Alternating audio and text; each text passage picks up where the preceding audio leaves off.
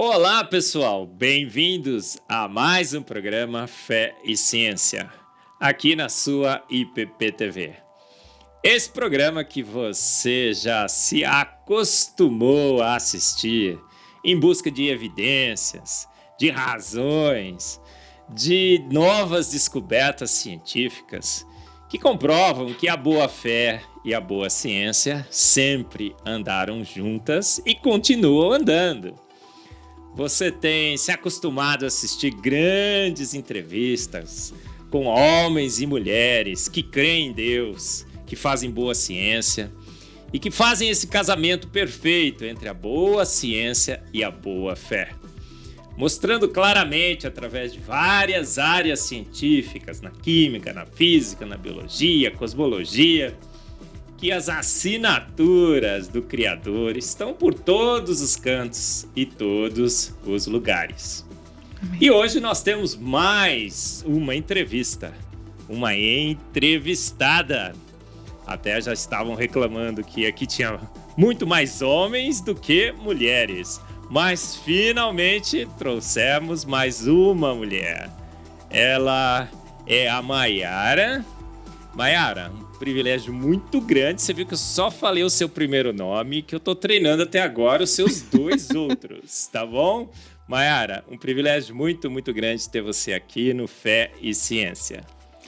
O privilégio é meu, a honra é minha. Eu tô muito feliz por esse convite de participar desse programa que está crescendo tanto. Eu creio que cada vez mais está tendo um impacto maior, está tendo milhares de visualizações no YouTube. Parabéns pela iniciativa, pela igreja e muito obrigada pelo convite. Eu estou muito feliz de participar aqui e poder contribuir um pouquinho com o que eu sei, né? Eu estava falando aqui, né, que a Mayara, assim, a gente olha para a Mayara, já sabe mais ou menos da onde que a família da Mayara veio, né, Mayara? Vamos falar assim, ó, vamos por partes. Qual é o seu sobrenome do meio? O do meio é o Klimuk. Klimuk veio da onde, gente? O que vocês acham? Vocês já estão adivinhando, né? Klimuk é russo. Russo. Existe também uma na nossa família que talvez a família veio da Bielorrússia, mas a gente não tem certeza ainda.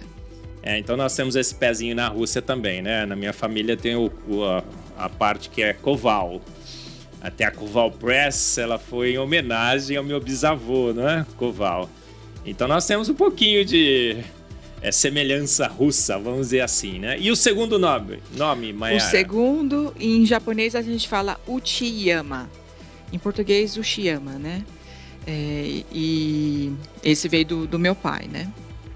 Muito bem, a Mayara Uchiyama.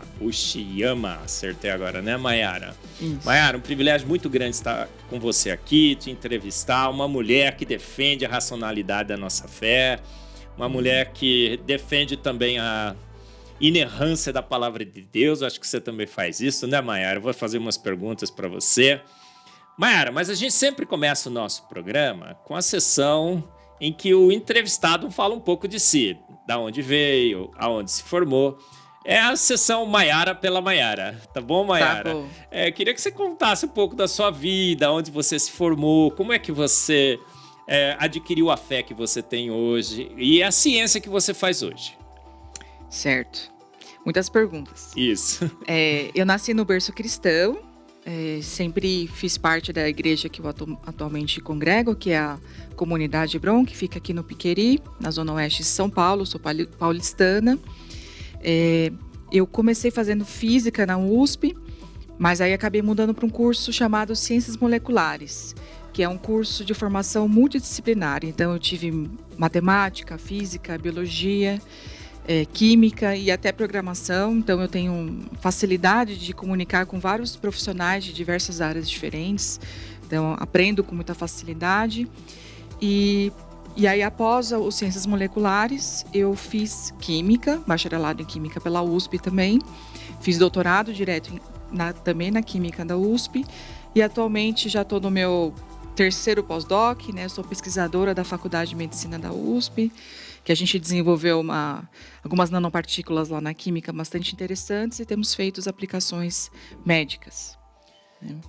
Muito bem, Mayara. Olha, a gente sempre fala para os jovens, e principalmente os jovens cristãos brasileiros, E, gente, olha, ela é física, química, vocês viram aí, né? Trabalha com medicina, pesquisadora da USP, Universidade de São Paulo. Você conhece química, você conhece bioquímica. Maiara tem participado conosco dos congressos da Sociedade Brasileira do Design Inteligente. Tem uma palestra fantástica que une o último slide aqui da nossa apresentação. Eu vou convidá-los a assistir. E você veio falar aqui sobre um tema muito interessante, não vou falar sobre ele ainda. Mas antes desse tema, eu queria que você olhasse para aquela câmera ali e falasse para os jovens cristãos brasileiros. Maiara, você crê em Deus? Com certeza, absoluta, total. Mas você é uma cientista, Maiara. Diz que cientista bom é cientista ateu. Cientista boa deve ser ateia. Você crê em Deus, mesmo você conhecendo a física, a química, a biologia e tudo mais? Olha, eu posso dizer a vocês a seguinte coisa: quanto mais eu estudo ciência, mais eu descubro como funciona as leis do universo, da natureza, como que funciona dentro da célula, toda a biologia da vida, como que os cosmos são orquestrados e como que tudo está em harmonia. Quanto mais eu estudo tudo isso, a minha fé vai aumentando cada vez mais, a minha admiração por Deus, minha paixão por Deus vai aumentando cada vez mais, assim, sabe, queima dentro de mim. Então, meus queridos, estudem cada vez mais. Não, né, tem muitos jovens, não gostam de estudar. Estuda porque vale a pena. Vocês conseguem ver Deus em cada detalhe da vida, do conhecimento. É incrível, incrível. Maiara, e a gente lembra de uma estatística nefasta. 2/3 dos nossos jovens têm entrado nas universidades e se tornado ateus. Sim. Quando não se tornam ateus, essa é a minha opinião, não é? Se tornam evolucionistas teístas ou criacionistas evolucionários, e o caminho mais provável será se tornar um ateu também. Eu tenho visto isso na minha vida, né? Testemunhado, as estatísticas mostram isso. 2/3 se tornarão ateus, porque bebem um pouco da ciência. Você mencionou aí, não é? Pasteur disse isso: um pouco de ciência nos afasta de Deus, muito nos aproxima. O professor normalmente na aula de biologia chega assim e fala: olha, gente, quem ainda crê em Deus? Porque a minha missão nesse semestre é desconstruir a sua fé. Olha só. Nossa. Então, olha, queria que você olhasse de novo na câmera, Maiara. Eu vou explorar você. Fala para os nossos jovens brasileiros. Maiara, realmente Darwin matou Deus? A evolução ocorreu? O Big Bang criou o universo? A ciência sabe que Deus não existe, Maiara? Gente, com certeza não. A ciência não matou Deus. Eu creio que muitos desses cientistas, né, eu conheço muitos deles na Universidade de São Paulo, eles, desde a sua formação, no início da faculdade principalmente, eles são influenciados por esses professores, pelos livros. É pregado como se a evolução fosse totalmente verdadeira, não é questionado.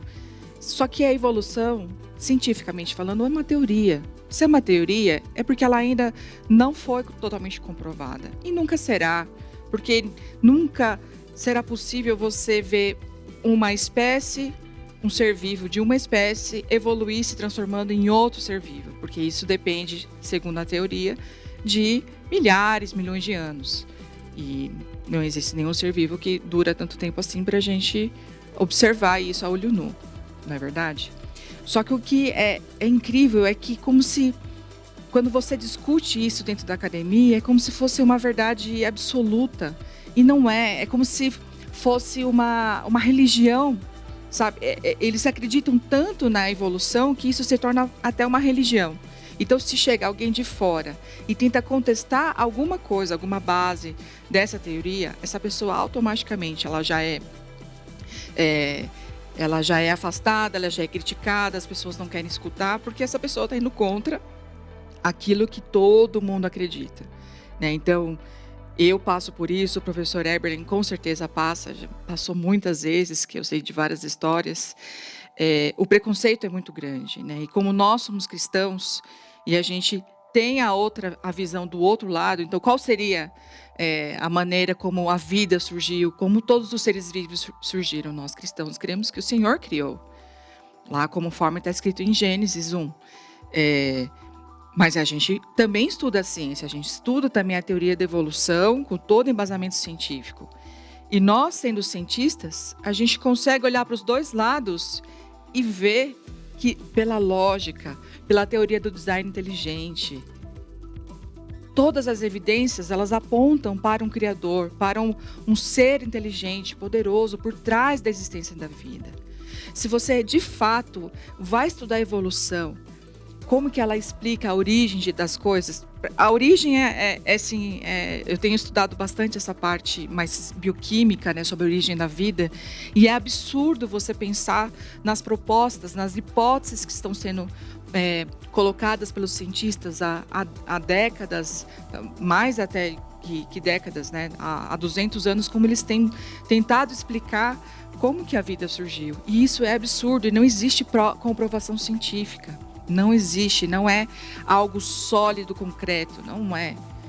Só que como eles acreditam tanto na evolução, a evolução tem que existir para eles, porque Deus não pode existir. Então a evolução tem que existir, tem que estar certa. Então eles acabam criando essas hipóteses e vão atrás disso. E sabe, qualquer pessoa que estudou um pouco mais, olhando de uma maneira mais afastada e mais indiferente, percebe que existe uma forçação, sabe? Um exagero nisso tudo que eles têm defendido. Por exemplo, o mundo do RNA, que é uma das hipóteses mais aceita hoje dentro da academia, para explicar como que surgiram as primeiras moléculas da vida, como que surgiu o primeiro ser vivo. E é absurdo pensar, aceitar tudo o que eles têm proposto, colocando defendido, né, no dia a dia, né? A gente vai falar um pouco mais no final, né? Mas você tem uma palestra, já falei sobre essa palestra. O pessoal vai colocar aqui o link da palestra da Maiara no 2º Congresso Brasileiro do Design Inteligente. Foi o ano passado aqui, né? Em São Paulo. Sim. Você fala sobre aquela tal da sopa primordial. Uma sopa ácida, escaldante e venenosa. Dizem que surgiu ali o primeiro ameba, que foi lenta, gradual e sucessivamente evoluindo, até dar em 2 amebas evoluídas, né? Eu e você, né, Maiara? E todas as amebas que estão assistindo o nosso programa aí, né? Você também, uma ameba evoluída. Somos amebas evoluídas, Maiara? Não, gente, é absurdo pensar nisso. A sopa primordial, que é um dos modelos que tem que explicar, né, o surgimento das moléculas, das biomoléculas da vida, que são 4 que a gente aprende na escola, né? Açúcares, proteínas, DNA, RNA e a gordura, né? Os lipídios. Para você tentar, essas 4 classes de biomoléculas são extremamente complexas. Se você pegar uma proteína, né? Hoje a gente vai falar bastante de proteína. A proteína, ela é um polímero, né? Um polímero é a organização tridimensional de uma fita, né? Então existem bloquinhos individuais, que são os aminoácidos. Existem 20 tipos diferentes. E esses 20 bloquinhos, um se liga no outro, formando uma fitinha. E aí, depois, essa fitinha ela vai se dobrando no plano, depois tridimensionalmente, para formar a estrutura terciária, quaternária das proteínas, né? E as proteínas que orquestram todo o funcionamento da célula e a vida acontece pela ação, principalmente, das proteínas, né? E nessa sopa, se a gente imaginar que existiam moléculas de todos os tipos que você pode imaginar. Claro, no começo eles falavam que existiam moléculas mais simples, como hidrogênio, amônia, CO2, moléculas que formaldeído, que vão reagindo para formar esses bloquinhos menores. E aí esses bloquinhos menores precisam começar a se ligar uns dos outros, que são os aminoácidos, para formar aquela fita. E aí aquela fita precisa saber aonde dobrar exatamente no lugar certo. E a gente que estuda físico-química, a gente sabe que a proteína, se ela não for guiada, ela pode se arranjar de várias maneiras diferentes. Só que para aquela proteína que tem uma função muito específica, ela precisa ter a conformação, a estrutura única, daquele jeito. Ela não pode ser dobrada com uma alça diferente, com uma volta diferente. Porque se ela fizer isso, ela vai perder a função dela. E nessa sopa primordial, não existia nada guiando. Pelo contrário, existiam outras moléculas tentando atrapalhar esse processo. Então, se você só pensar nesse processo de construir uma proteína, é altamente improvável que isso nunca ninguém vai conseguir demonstrar. Até hoje, eu pesquisei, nenhum cientista conseguiu, a partir de partindo de moléculas simples, onde você simplesmente joga essas moléculas ali numa sopinha, dá uma aquecida, joga talvez uns choquezinhos, uma outra violeta, e aí forma uma proteína funcional. Ninguém nunca demonstrou isso no laboratório. Nunca.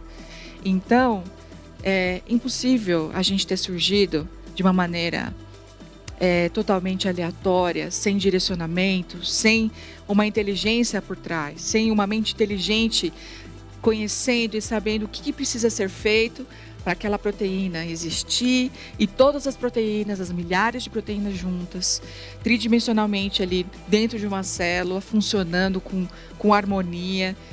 Gente, não dá para falar que isso veio do caos, do aleatório, de uma maneira totalmente não guiada, né? Acéfala, né? Acéfala. Muito bem, gente. Olha aí, que aula que tivemos aqui, né, com a Mayara. Fantástico, Mayara.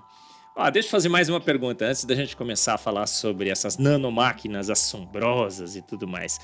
O título da entrevista aqui com a Mayara, a gente vai fazer umas perguntas, ela trouxe uns slides fantásticos. As assombrosas nanomáquinas da vida. Mas antes disso, deixa eu te fazer uma pergunta, um bate rápido aqui. Você crê na Bíblia, Mayara? Totalmente. Gênesis 1, 2 e 3 é literal, Mayara? Eu creio. Deus criou o homem pronto, Mayara?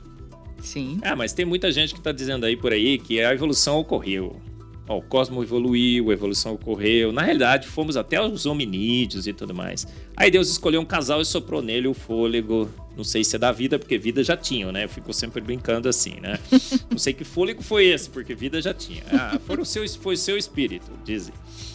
O que você acha dessa corrente, Mayara, que está levando os nossos jovens? Os nossos jovens estavam sendo levados pelo evolucionismo, agora estão sendo levados pelo criacionismo evolucionário. Estão achando que a evolução ocorreu e que Deus, na realidade, nem participou muito bem, né? Ele só esperou aquele casal se formar, achou bonito, pegou, soprou o fôlego e deu na gente. O que você acha dessa posição, Mayara? Gente, como cristãos, nós não cremos que o nosso Deus é um Deus todo-poderoso? Como? Se você aceita a evolução, então Deus não precisa ser mais poderoso, porque ele simplesmente estaria como um observador de longe, esperando bilhões de anos acontecer aquilo. Ele só deu, o start inicial. A gente está tirando, entende? O que Deus é? Deus é poderoso. Ele é poderoso para fazer, num piscar de olhos, o universo inteiro. A vida, os seres humanos. Se você aceita a evolução e aceita Deus ao mesmo tempo, você está dizendo que Deus talvez não é tão poderoso assim. Entende? Você está diminuindo o papel de Deus na criação das coisas. Então, só para começar, isso já é abominável para um verdadeiro cristão. Essa é a minha sincera opinião. Além da ciência também, né? Como você acabou de falar, né? A gente estuda, né, Mayara? Eu estudo a química, a bioquímica, você estuda a química, a bioquímica da vida. A gente sabe que vida é coisa de profissional, não é, Mayara? Sim. Um profissional tem que chegar lá e fazer, não dá aquela sopa escaldante. Dizem que Deus acertou as condições. Eu digo, se ele acertou as condições, Deus não sabe acertar condições. Desculpa aí, Deus, mas você não sabe. Porque as condições todas, né? Esse Deus que acertou as condições, essas condições não levariam à vida. A gente sabe disso. Sim. Então, que Deus seria esse que acertou as condições se as condições não levariam à vida? A gente estuda isso no laboratório. Parece que aquele versículo está certo, né? Porque em 6 dias criou Deus os céus, a terra e o mar e tudo que neles há. E disse Deus, haja vida... e houve vida. Exato. É nesse Deus que você crê, Mayara? Totalmente. Nós cremos no mesmo Deus, Mayara. Mas vamos então ao tema. Ah, vamos lá, gente. Olha só, gente, tá aparecendo aqui. A Mayara vai falar hoje sobre as assombrosas nanomáquinas da vida. Mayara, que nanomáquinas seriam estas? E por que elas são assombrosas? Da onde vem esse assombroso aí, hein, Mayara? Bom, o assombroso vem de um versículo que você comentou, que é o Sim. como grávida acabei esquecendo. De forma tão assombrosa e magnífica fomos Isso, criados. que fomos criados. Desde o Exatamente. ventre da nossa mãe, né? Deus Sim. nos criou de uma forma magnífica, assombrosa, né? É de Salmo 139 que fala sobre isso? Agora você me pegou, sabe? Ah. Mas acho que é 139 mesmo, né? Do ventre da mãe fala geralmente Salmo, sempre. eu tô tentando lembrar aqui, Salmo 139. Nós estamos ali, ó. Tem uma Depois cola você aqui. olha, depois você olha qual é o A gente tá versículo. perguntando para os universitários. A Mayara trouxe o marido aqui, né? Seu esposo.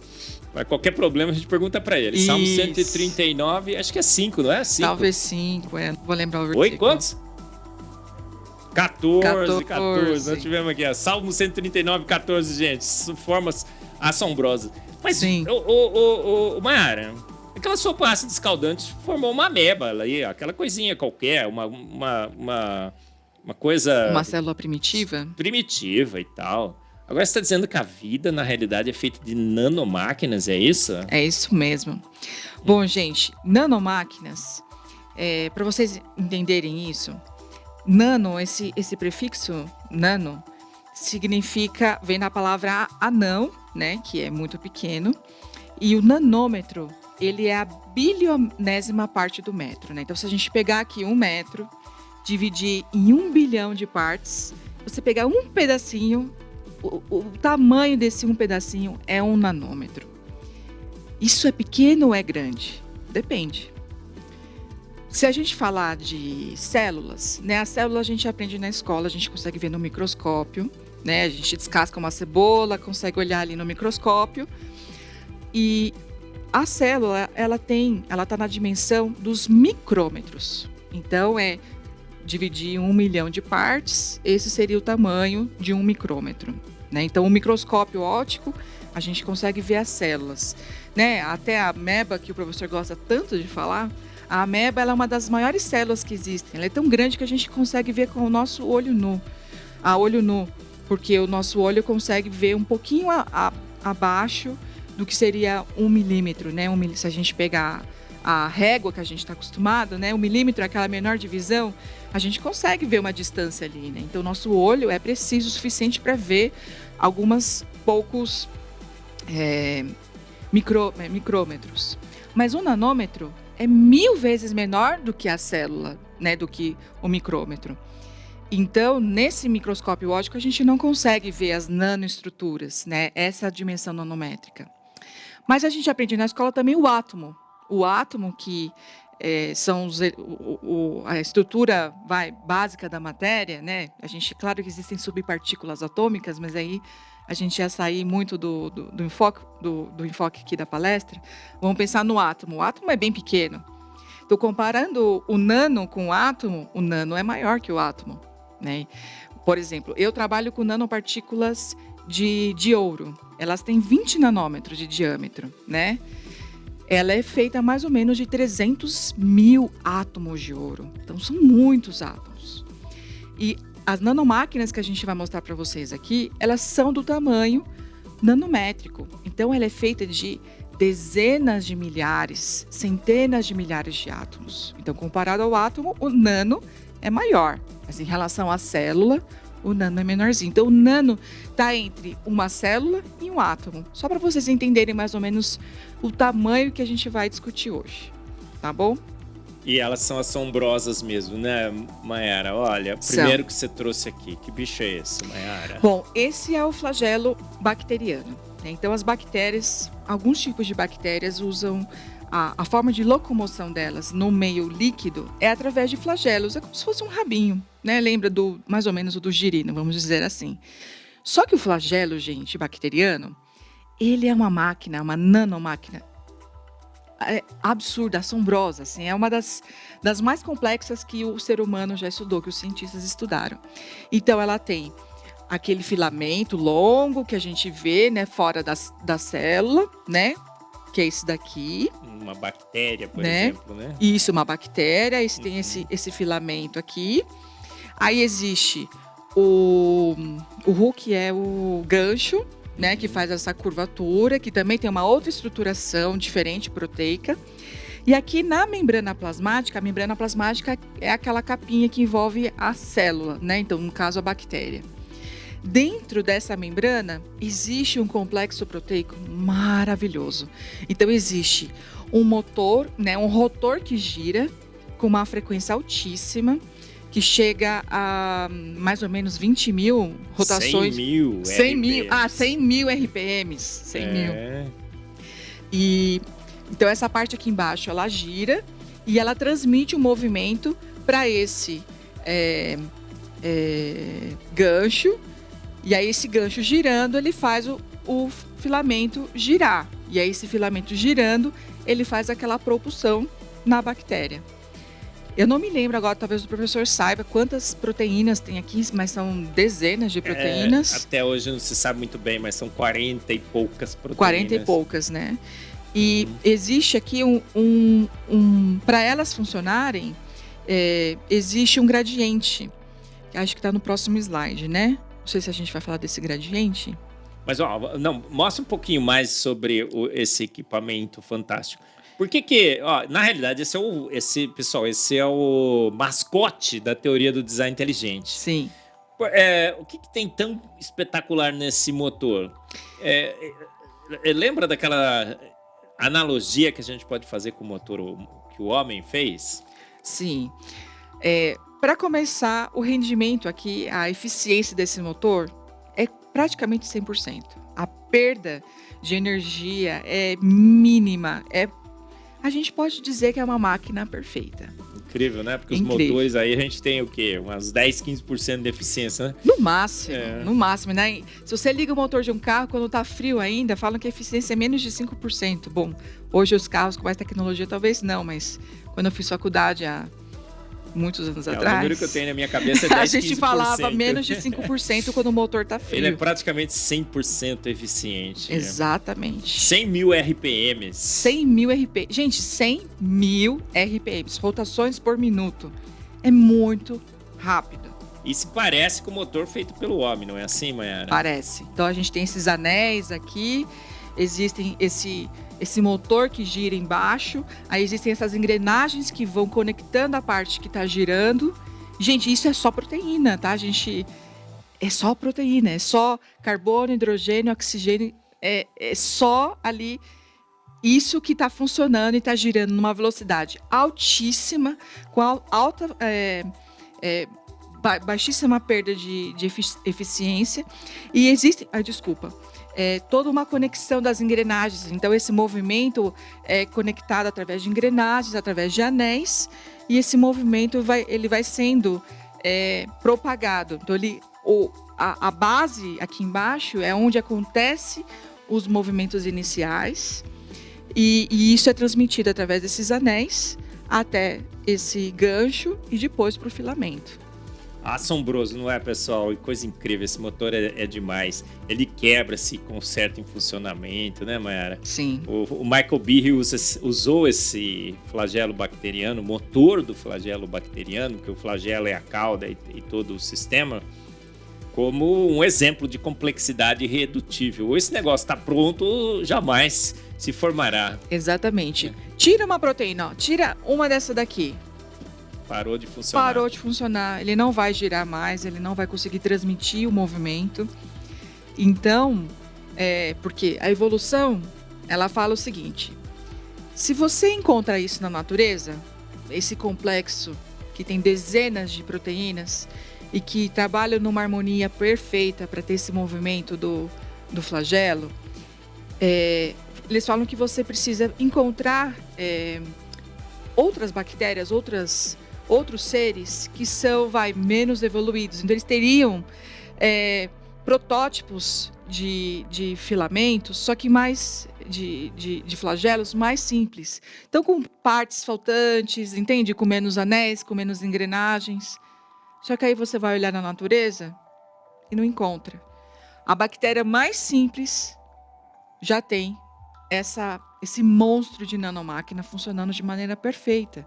E se você tira uma proteína, ela não funciona mais. Então, como que existiria um ser menos evoluído com um filamento menos evoluído que teriam partes faltantes? Se precisa de todas as partes presentes para que funcione perfeitamente, entende? Então não tem aquela coisa do degrauzinho da evolução, sabe? Não tem, não existe essas evidências. Então essa é uma prova, uma prova não, né? É uma evidência de que a complexidade redutível, que o design inteligente, né, ele, mostra que essa estrutura ela foi criada pronta por um ser inteligente. Entende? Não tem como ela ter evoluído de uma coisa simples até formar algo tão potente e maravilhoso como o filamento, como o flagelo bacteriano. Mas, Mayara, tem um sistema, né? Um vírus usa, que é para injetar o seu DNA. O sistema de injeção, né? T3TS, alguma coisa assim. Uhum. E eles do bacteriófago, né? Bacteriófago. E aí eles disseram, olha, tá vendo? Uma estrutura transicional, porque tem algumas proteínas parecidas com o flagelo bacteriano. Aí eu brinco, né? Como assim? A gente está tentando explicar como o homem conseguiu chegar em Marte. E aí a gente propõe que ele chegou pulando. Mas não tem nenhum intermediário entre a Terra e Marte, né? Tá vendo, gente? Não tem intermediário nenhum. Ele não conseguiria... Ele pisou no quê para pular da Terra até Marte? De repente encontrou a Lua. Aí fala, olha, tá vendo? É o intermediário, é a Lua. Ele pulou da Terra para a Lua e da Lua para Marte. Para Marte. É mais ou menos, né, uma analogia que a gente pode fazer com esse intermediário que encontraram aí. Gente, não tem o menor sentido. Não. As evidências mostram que se tem algum parentesco entre esse sistema de injeção desse vírus e do flagelo bacteriano, o flagelo evoluiu nesse sistema, não foi o contrário. Então é uma evidência muito, muito, muito forte que fomos feitos prontos. Aqui, Mayara, o que a gente está vendo aqui? Parece que é um molde, alguma coisa, é isso? Isso, é um molde. Então, tudo isso que a gente está enxergando aqui são várias proteínas, não são esqueci o nome agora, Você lembra o nome dessas proteínas aqui? Eu esqueci o nome dessas proteínas. Elas se organizam de maneira... helicoidal, né? Tem todo um ajuste fino que precisa ser feito para a formação, para o encaixe de cada uma dessas proteínas que vai fazer o filamento. E essa parte que a gente está vendo aqui é um molde, é ele que vai guiar. E, gente, esse molde ele é perfeito. Ele foi feito de uma maneira única, que o encaixe é único, sabe? Chave e fechadura, aquela coisa que existe um segredo único. É isso que a gente está vendo aqui. Esse encaixe, esse molde, ele é perfeito. E ele é necessário para a formação desse filamento, da construção 3D, né? E fazer com que o rabinho vai ficando cada vez mais comprido, né? Para ele ser mais comprido, essas proteínas, elas vão sendo adicionadas através desse molde. Vai trançando, né? É uma máquina de trançar, é incrível, isso, né? Esse molde. Isso. Eu falo sobre ele. Isso aqui, olha, são o câmbio, né? É um câmbio automático, não é, Mayara? Sim. Eu lembro que eu falo também sobre isso no meu livro, né? Um câmbio, né? Ele tem câmbio, gente. O motor tem câmbio, ele põe em marcha, ele põe em ponto morto, não é? Isso, desengata para dar uma paradinha. Né? Então, a bactéria quer parar um pouquinho, então existe um desengate, então existe uma mudança conformacional que acontece. Quando a gente fala mudança conformacional, essa geometria tridimensional das proteínas, elas mudam para que haja uma mudança nesse movimento. Né? Então, se ali aquele motor estava girando a 100 mil RPM e em algum momento ele precisa parar ou frear ou diminuir, existe um controle também. E aí, para isso acontecer, existem essas mudanças que acontecem no formato da proteína para ter esse desengate, né? E aí dar uma freada nesse rotor aí. Tem câmbio automático, gente. É um motor com câmbio... Se encontrasse um motor com câmbio automático, magnífico, rodando a 100 mil RPMs, As Ferraris rodam 10, 12 mil RPMs o motor. Esse roda 100 mil. 100 mil. Por isso que eu digo que o designer é exibido e exagerado. Quando ele vai fazer, ele não faz uma Ferrari. Ele faz uma coisa 10 vezes melhor que a Ferrari, né? Para que italiano nenhum, né, se ache. Né? Ele fala, bom, vamos fazer 10 vezes melhor. E só 10 vezes, tá bom? Sim. E aí, ele pôs câmbio, gente. É uma turbina magnífica. E está numa mera bactéria. Mera bactéria. Existe mera bactéria, Mayara? Não, gente. Pelos os biólogos evolucionistas, eles falam, né? O ser mais simples, mais primitivo, mais... é a bactéria. Mas, gente, se você olhar, a gente está falando de uma máquina nanomolecular, que é o flagelo, que tá dentro da bactéria ali, que propulsiona ela. Mas a gente vai falar de várias outras aqui que também estão presentes na bactéria. A bactéria não é um ser simples, gente. É extremamente complexo, porque a vida é complexa. E para ela existir, existe uma sincronia perfeita em todas essas nanomáquinas acontecendo ao mesmo tempo. E a vida, ela permanece e se perpetua. Não tem como ela ter evoluído de algo simples, capenga, e depois vai evoluindo e formar uma coisa que é tão perfeita. Não dá.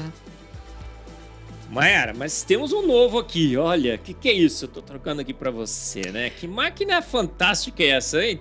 Será que ela é colorida assim, né? Não é colorida, gente. Mas que coisa, o que seria isso, Mayara? Essa é a ATP sintase ou sintetase. Então, é uma enzima, é uma proteína que produz a ATP, né? Para quem gosta na escola, né, que lembra de bioquímica, né? A ATP, que é a adenosina trifosfato, é aquela molécula que a gente fala que armazena a energia da célula. Né? Então, a adenosina trifosfato, porque tem 3. Então, essa proteína aqui, ela pega a ADP de fosfato, então tem só 2 fosfatos.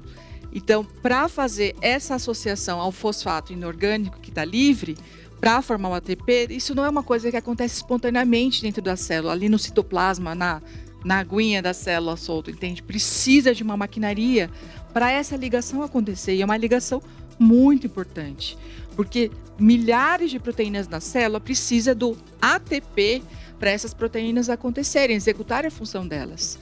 Então, a demanda energética é altíssima. Né, para quem lembra, né, a gente come o açúcar, respira oxigênio, aí vai formando tem toda aquela cascata, né, de reações que acontece para formar a partir do açúcar, formar o ATP, né? Então, acho que, se eu não me engano, a partir de uma molécula de açúcar, de glicose, a gente consegue formar 38 ou 40 moléculas de ATP. Então, a gente precisa de muita molécula de ATP. Mas parece uma turbina, não parece, Mayara? Sim. Olha, eu digo que isso aqui é a Itaipu da vida, né?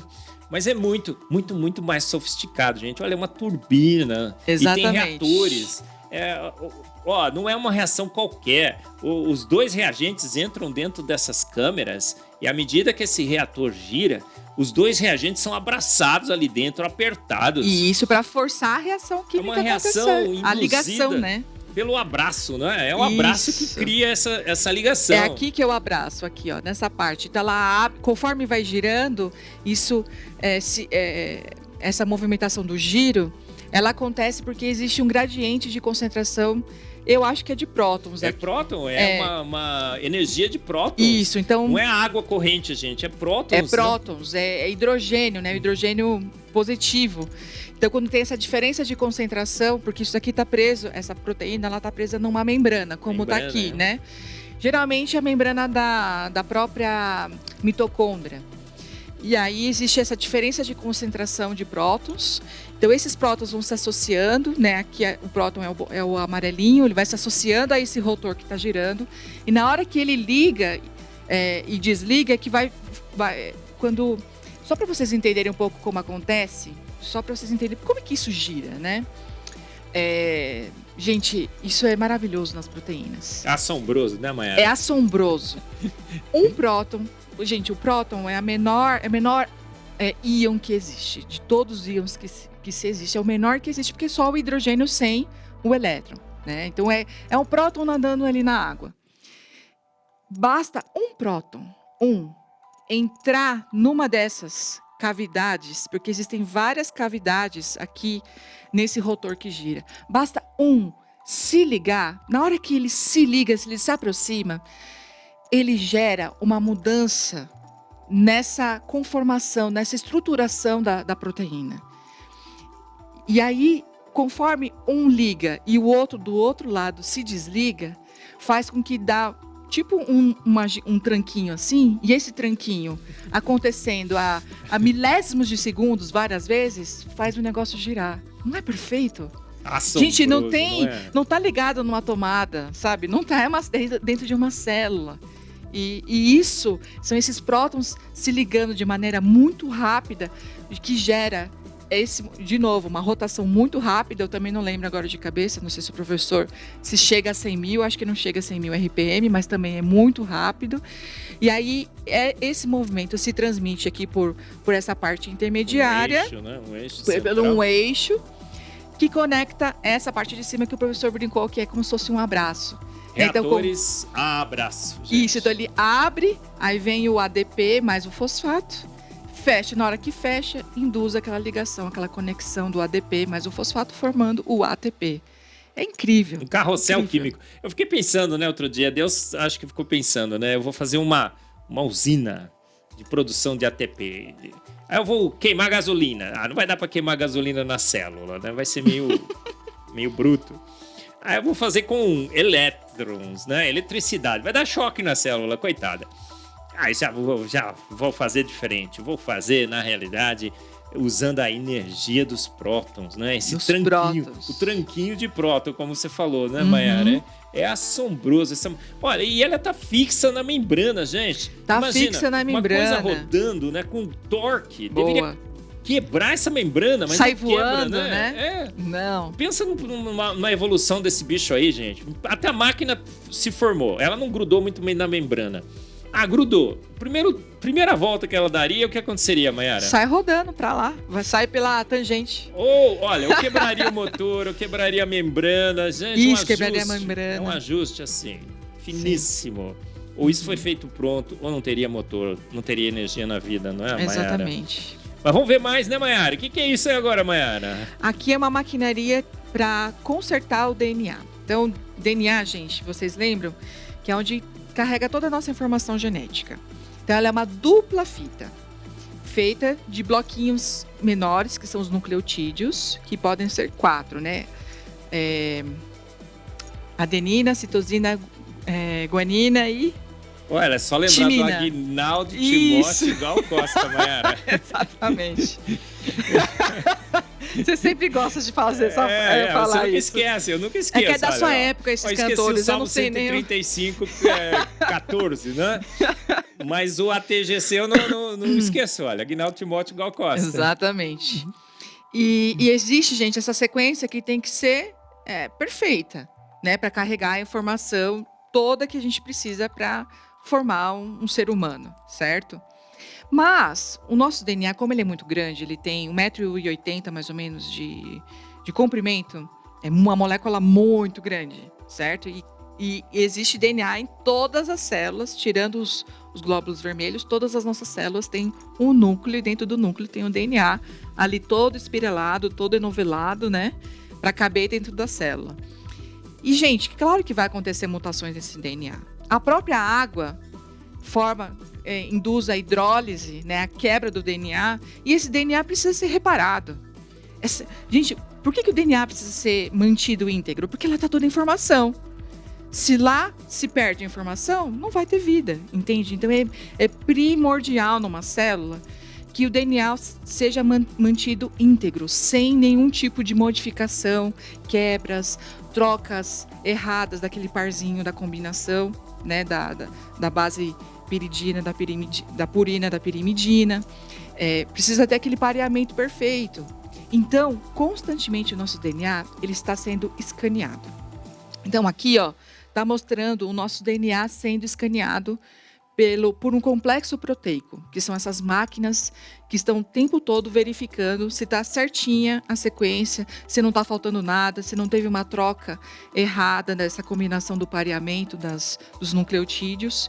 E aí, nessa maquinaria que está escaneando, se eles encontram isso, Aí vem uma outra maquinaria. Existem vários tipos de maquinaria diferentes, depende do tipo de problema, de ruptura, de mudança que teve, né, no nosso DNA. Vem uma maquinaria específica, aí ela vai lá, e gente, isso é muito rápido, tá? Como nesse videozinho aqui, é muito rápido esse escaneamento assim.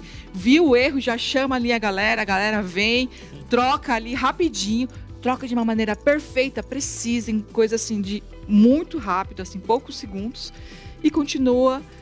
Aí, você acha que isso fez uma vez no DNA? Gente, isso está acontecendo o tempo todo. Porque o DNA, a qualquer momento, pode ser mutado. Nem aqui a nossa pele, né? A gente vai para a praia. Nossa, quando a gente vai para a praia, gente, se vocês não passam protetor solar, acontece tanto dano no DNA. Quando a gente fala dano, é essa modificação química estrutural que acontece no nosso DNA por causa da luz ultravioleta. A luz ultravioleta, ela tem o potencial de fazer uma reação química, trocando a citosina por uracila, se eu não me engano.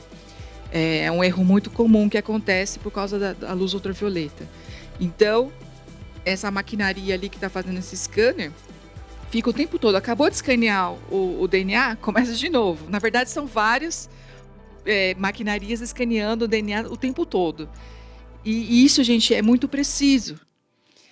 E aí, voltando só rapidinho, eu não sei se eu estou falando muito, desculpa. Não, tá ótimo, Mayara. É que eu sou Sim. muito faladeira, mas é que eu gosto Sim. de mostrar um panorama um pouco mais geral, Uhum. né? Então, se a gente falar lá da sopa primordial, né, da criação das primeiras moléculas, imagina aquele primeiro DNA sendo formado. Lá na sopa primordial, com certeza iria acontecer danos, porque isso, naturalmente, a própria água vai lá e quebra o DNA, a luz ultravioleta. Existem tantas interferências químicas, físicas, que podem ali danificar aquela estrutura. Mas se o DNA está sendo formado, cadê a proteína que vai lá proteger ele, entende? Só que o DNA, não sei se vocês lembram, a partir do DNA forma o RNA, aí o RNA que vai dar a informação para produzir a proteína, né? Então, o DNA que estava sendo criado ali, formado pela primeira vez, não tinha nem a informação para produzir essas proteínas, provavelmente, que vão corrigir ele mesmo, entende? Não tem como acontecer esse ajuste fino. É aquela coisa do ovo da galinha, né? Quem veio primeiro. Não, mas olha, se os erros destroem a vida, um DNA com erro, um RNA com erro, levaria uma vida simplesmente condenada à morte. Agora, precisa da maquinaria. Agora, a maquinaria precisa do organismo vivo para ela aprender que tipos de erros estão ocorrendo e para ela evoluir. Olha, não dá para esperar, né, Mayara? Não dá. Ela teria que esperar um organismo mutante, deficiente, condenado à morte, viver milhões e milhões de anos para ela desenvolver isso. Gente, ou esse sistema estaria pronto ali ou nunca teria surgido. É um grande dilema ovo-galinha. Quem veio primeiro? A maquinaria que corrige ou os erros, né, que... os dois vieram juntos, ninguém veio antes, né? Não, e pior, para a evolução acontecer, precisa desses erros, precisa ter essas mutações dentro do DNA, entende? Só que se o DNA está sendo o tempo todo corrigido, como que essa evolução acontece, entende? É tudo muito... Não faz sentido nada disso. Se correr o bicho pega, se ficar o bicho come, não é? Isso, exatamente. Mas, Mayara, olha, a gente precisamos ir um pouquinho mais rápido, que você trouxe muita máquina aqui, viu? Desculpa. E que máquina é essa, Mayara? Esse é o ribossomo, que a gente aprende também na escola, que é uma máquina incrível. Assombrosa, porque ela que faz a mudança de linguagem. Então, entra aqui o RNA mensageiro com a informação de como formar uma proteína, né? Que a proteína é feita de aminoácidos. O DNA, o RNA é feito de ácido nucleico. São duas linguagens químicas diferentes. Então, o ribossomo que é essa estrutura aqui proteica que consegue fazer essa combinação, como mudar de linguagem, né? Como fazer a tradução da linguagem, né? Então, conforme o RNA mensageiro vai passando, não sei se a gente precisa... Conectando, Sim, né? aí vem o RNA transportador, que traz a informação. Ele consegue ler a fita a cada três bases, né? Ele se liga especificamente a cada 3 sequências específicas, e essas 3 sequências específicas de nucleotídeo está associado a um aminoácido. Existe essa... Aqui em cima, né? As bolinhas, né? Isso. Cada sequência, cada 3 codifica uma bolinha diferente. Exatamente. E as Incrível, bolinhas né? vai formando a proteína, certo? E aqui, ó, vocês estão vendo que é aquela fitinha que eu falei, é só uma coisa única, né?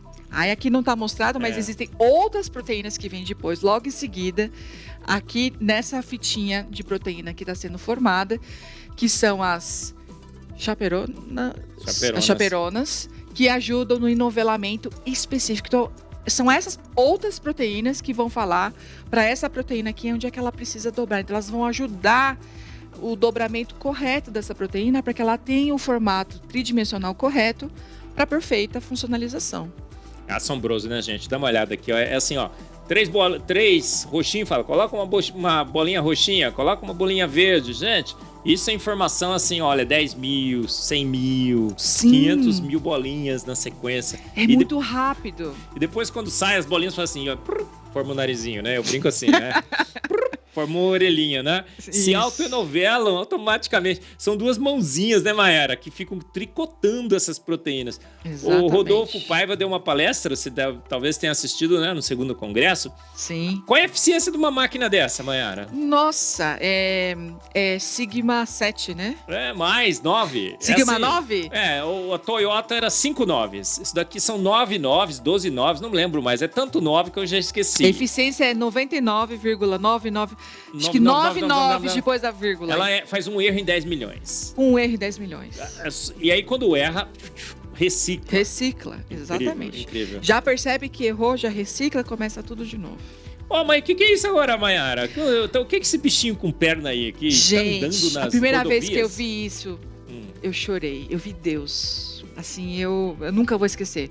Minha primeira aula de biologia celular.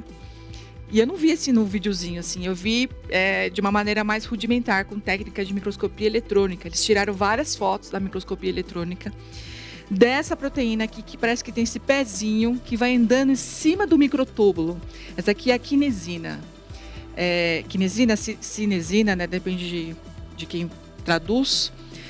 Ela, gente, ela vai andando em cima do filamento, que lembra da célula? Para ela ficar assim, cheinha, toda estruturada, ela tem vários filamentos, vários tubinhos, vai como se fosse o esqueleto da célula.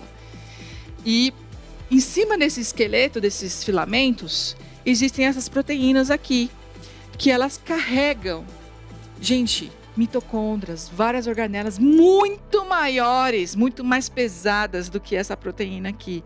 Então ela se liga, vamos dizer, nos bracinhos, na organela, e com os pezinhos ela vai andando em cima do filamento para levar a organela de um lado para o outro da célula. Assombroso, não é, gente? Não é magnificamente assombroso, gente. Sim, olha... Eu falo no meu livro, né? Ele roda proporcional ao humano a 1000 km por hora. Esse bichinho tá aqui em câmera super mega lenta, né? Sim. Mayara, faz sim. assim, ó. Senão a gente não ia enxergar. Aqui tá de maneira didática pra gente ver o passinho, né? E aqui, gente, para cada passinho existe um gasto de ATP. Lembra então da ATP sintase? Então, ela forma o ATP, a adenosina trifosfato. Então, para cada passinho, existe uma quebra, precisa de energia para esse passinho acontecer. Por isso que é uma nanomáquina, né? Uma máquina precisa de energia para ela executar o serviço dela.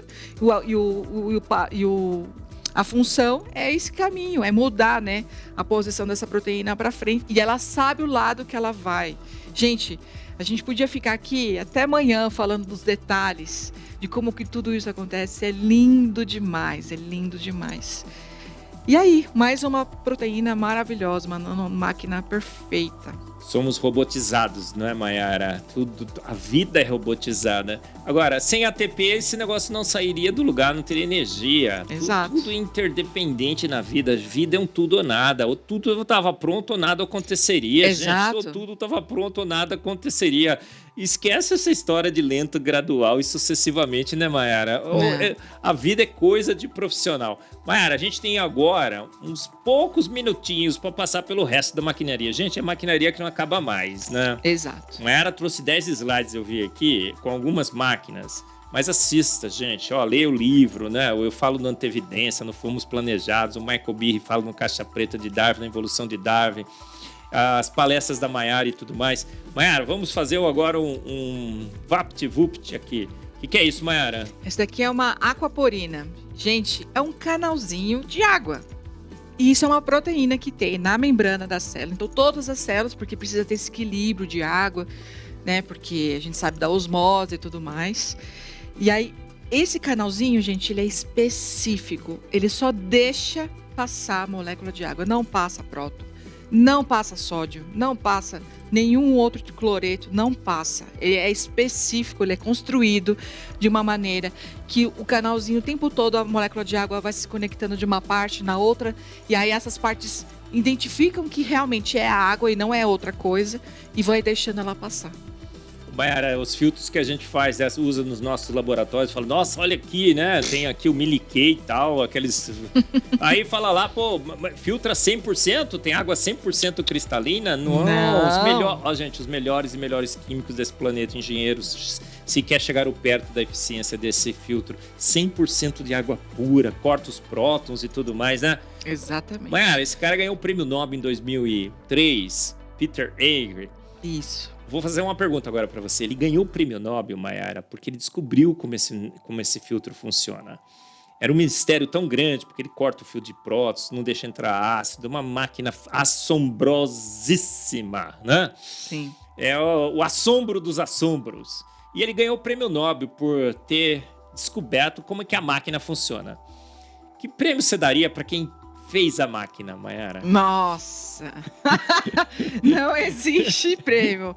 Mesmo que eu louvasse minha vida inteira, constantemente, eternamente, não seria o suficiente para homenagear e engrandecer aquele que fez a aquaporina em todas essas nanomáquinas. Senão não teríamos vida nesse planeta, não estaríamos aqui, né, contemplando a sua obra. Isso, o que é, Maiara? Agora a gente vai, sim... 30 segundos cada um, Maiara. Aqui na perna desse bichinho, esse bichinho aqui é um percevejo, né? E tem essas nanoengrenagens. Então, existem vários animais. Aqui também a gente podia... As borboletas também tem, um monte de animal. Tem várias estruturas que fazem zigue-zagues, formatos nessa escala nanométrica, né? E esse daqui, ele tem essas engrenagens... Eu esqueci se é para pular ou se é para saltar. Isso, é. Então, são essas engrenagens. Tá vendo aqui essa microscopia eletrônica? Aqui, ó. Isso. Que tá bem na patinha do animal. E quando elas giram, elas conseguem desenvolver um mecanismo para fazer com que esse bichinho pule a uma altura extremamente alta. Então, esse mecanismo de pulo depende de nanoestruturas que estão na sua pata. Olha que incrível isso. Eu digo que se a evolução tivesse feito um bichinho desse, né, pulando com engrenagens, seria o efeito Crack-Nhack. Já viu falando sobre esse efeito, Maiara? Já, em alguma palestra. Eu faria uma engrenagem, tá bom, a evolução fez uma engrenagem, mas os dentes não se encaixam muito bem, né? A engrenagem não é dura, porque isso aqui é duro, né? O polímetro mais duro conhecido pelo homem. Aí o bichinho ia tentar pular com aquela engrenagem que Darwin lhe deu, né? Aí ele ia pular, o que aconteceria? Não encaixava direito, fazia crack. E o predador vinha e fazia nhaque. Nhaque. É o efeito crack-nhaque, né? Muito bom. Da muito evolução. Bom. Pode falar, Maiara. Só mais um exemplo que é legal, aqui, da lagartixa que eu lembrei. A lagartixa também tem nanoestruturas nas palminhas dela. E essas nanoestruturas que faz com que a lagartixa consiga subir até em vidro, até em materiais extremamente lisos, né, onde não tem muita rugosidade. Essas interações, essa nanoestrutura aumenta a área superficial e a área de contato, e por força de Van der Waals, a lagartixa consegue, essas estruturas se interagem com o material e mantém a lagartixa ali escalando sem escorregar, sem cair. É incrível. É o melhor de todos os velcros, né, Maiara? Exato. Muito melhor. Maiara, que bichinho é esse aqui? Esse daqui é uma vespa, né? Que está sendo comida pela... Esqueci o nome dessa planta. É uma planta carnívora. Planta carnívora, mas eu não sei o nome. O nome também não sei, Maiara, mas é fantástico, né, gente? Eu falo no meu livro quanta evidência. Sim. Tem um sensor, a planta carnívora vai lá e tchum, e pega. E planta, gente, eu até brinco, né? Que isso daqui os vegetarianos não gostam muito, né? Porque é uma planta que come carne, né? Uhum. É. Pois é. Ela não precisaria disso, gente. O metabolismo da planta mostra que ela sobrevive. Se você cortar, ela sobrevive. Sim. Então é um plus, é um exagero. Ele é exibido exagerado e um pouco debochado, porque ele fez uma planta que come carne, uma planta carnívora, e o sistema é magnífico, né, Mayara, se entrasse e fechasse, ele espantava. Acumula voltagem, faz até 25 milivolts. Quando dá a voltagem certa, que percebe que ele já está dentro, aí sim, tem um aciona sensor, o mecanismo. Sensor de presença. É demais, né? Sim. Mayara, para terminar, que o nosso tempo já está esgotado. Fala aí, Mayara, somos amebas evoluídas? Será que toda essa maquinaria assombrosa, magnificamente assombrosa, que você acabou de mostrar aqui, e foi só um vislumbre, gente, foi 0%. Só um vislumbre, a gente só passou assim de leve pela superfície da vida. Será que toda essa maquinaria assombrosa e magnífica, nanomolecular, poderia ter surgido, né? Aqui a ameba, a primeira ameba, né? A sua tataravó, né? Você falou que ela já vem com tudo isso. Ela já teria que vir com tudo isso, certo? Sim. Você acha que naquela sopa ácida escaldante teria surgido essa primeira ameba, Mayara? Não, gente. Impossível. Não tem como. Como eu expliquei, o surgimento das proteínas, o surgimento do DNA no meio dessa sopa. E tipo, isso é só uma coisa, você falar de como surgiu um pedacinho de DNA ou uma proteína. Mas a gente está falando de uma célula. Gente, a célula, ela é muito complexa. Ela tem uma membrana lipídica, bicamada lipídica, que tem várias proteínas dentro dessas membranas que fazem a seleção seletiva dessa membrana, não deixa passar qualquer coisa, não pode entrar qualquer coisa dentro da célula. Senão a célula não ia existir, não ia ter vida, ela ia ser destruída, certo? Ela precisa ser seletiva, né? Então ninguém nunca explicou na ciência a formação dessa membrana bicamada lipídica e ela tinha que ser formado ao redor daquele DNA primitivo, aquela proteína primitiva que tinha sido surgida ali. Então, como é que essa membrana ia saber onde é que isso estava sendo formado, entende? E, gente, não tem como. Se você pensar um pouquinho com o seu conhecimento de química, de bioquímica que você aprende na escola, não tem como você imaginar a formação de amebinhas, de células prontas, perfeitas, com essas maquinarias maravilhosas, surgindo do nada, ocasionalmente, mesmo que demorasse milhões de anos, bilhões de anos, não seria tempo suficiente. Existem cálculos matemáticos que falam que precisaria de muito mais tempo para conseguir fazer uma nanomáquina um pouco mais complexa. E, gente, não dá. Pessoal, um papo super, super mega legal, né? Ó, dá para fazer um programa com cada uma dessas nanomáquinas. Não dá, Mayara? Discutir uma por programa.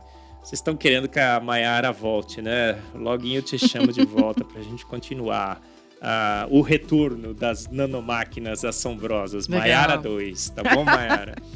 Mas agora a gente vai ter que terminar. Gente, vocês viram, né? Que assombro, que magníficas são essas nanomáquinas, nanomotores. Você percebeu que elas teriam que ser feitas prontas?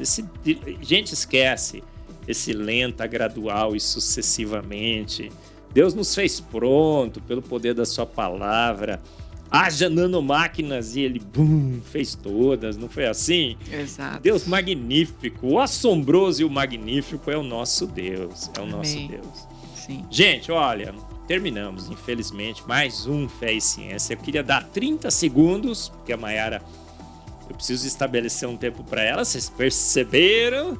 Mayara, você tem 30 segundos, olha para aquela câmera ali. Ó, fala para todos, não é? O pessoal da Presbiteriana de Pinheiros, mas para todas as igrejas evangélicas de São Paulo, do Brasil, principalmente para os jovens cristãos brasileiros. Seus 30 minutos finais, Mayara. Meus queridos, como vocês podem ver, quando a gente começa a estudar a ciência de verdade, sem preconceitos, sem amarras, sem pré-julgamentos, com aquilo que você estudou na faculdade, na escola, mas você tenha a sua mente aberta e com a ajuda do próprio Deus, do Espírito Santo, a gente começa a entender a ciência de uma maneira muito mais além daquilo que os cientistas, que são só cientistas, que não têm Deus, que são apenas humanos, nunca vão conseguir acessar, entende? Nós que somos cientistas cristãos, eu creio que a gente pode ir muito além, porque a gente tem uma ajuda que eles não têm. Então, busquem, estudem a Bíblia, estudem a ciência. E eu creio que o Senhor pode nos levar para lugares que a gente nem imagina. Quer usar a nossa vida para ajudar pessoas que estão completamente desorientadas, perdidas nesse aspecto, usando a ciência para ajudar. É claro que o convencimento vem pelo Evangelho, mas a ciência, ela ajuda para aproximar, né? A apologética, ela vem para aproximar e ajudar. Então esse é o nosso papel, para tentar ajudar e alcançar essas pessoas. Gente, não sei se vocês perceberam, a Mayara tá meio barrigudinha, né, Mayara? Tá ali. Sim. Como é que ele chama o menino? Isaac. Que eu vou fazer uma profecia agora, hein, Mayara? Que Isaac seja um grande defensor. Amém. Da racionalidade da nossa fé. Amém. Seja um grande defensor do design inteligente. Amém. No Brasil. Tá eu bom, creio. Mayara? Vamos profetizar, né? Sim. Em relação ele vai ser educado futuro. com TDI, com certeza. Amém, vai. Como é que é o nome? Isaac, você está assistindo aí, né, Isaac? A gente profetizou na sua vida. Amém. Olha aqui, gente. Você gostou demais. Então, quer mais? Olha, segundo Congresso Brasileiro, TDI Brasil no YouTube. Procura a palestra da Mayara. Está sensacional. Gente, chegamos ao fim, então, de mais um Fé e Ciência. Você gostou? Eu gostei demais, Mayara. Foi show de bola. As mulheres da TDI do Brasil, né? Dando um show. Nós temos aí várias e várias mulheres que também se juntaram aos homens da TDI do Brasil. Jovens, mulheres, homens. Todos anunciando a verdade. Essa verdade que a gente tem anunciado aqui no Fé e Ciência, na sua IPP-TV. Um grande Deus, onipotente, onisciente, onipresente, exibido e exagerado, fez o universo, um universo assombroso, magnífico, cheio de nanomáquinas e motores, para que a gente pudesse contemplar e desse louvor à glória desse grande Deus. Amém. E através da ciência nós chegamos um pouco mais próximos a Ele, entendemos um pouco melhor a grandeza da sua criação. Então não perca, assista todos os programas Fé e Ciência, assista o programa da Mayara 3, 4, 5 vezes, esteja conosco no próximo Fé e Ciência. Até lá! E não esquece de dar aquele joinha lá também e compartilhar com os amigos. Muito bem, Mayara, ótimo! Até lá, gente, muito obrigado!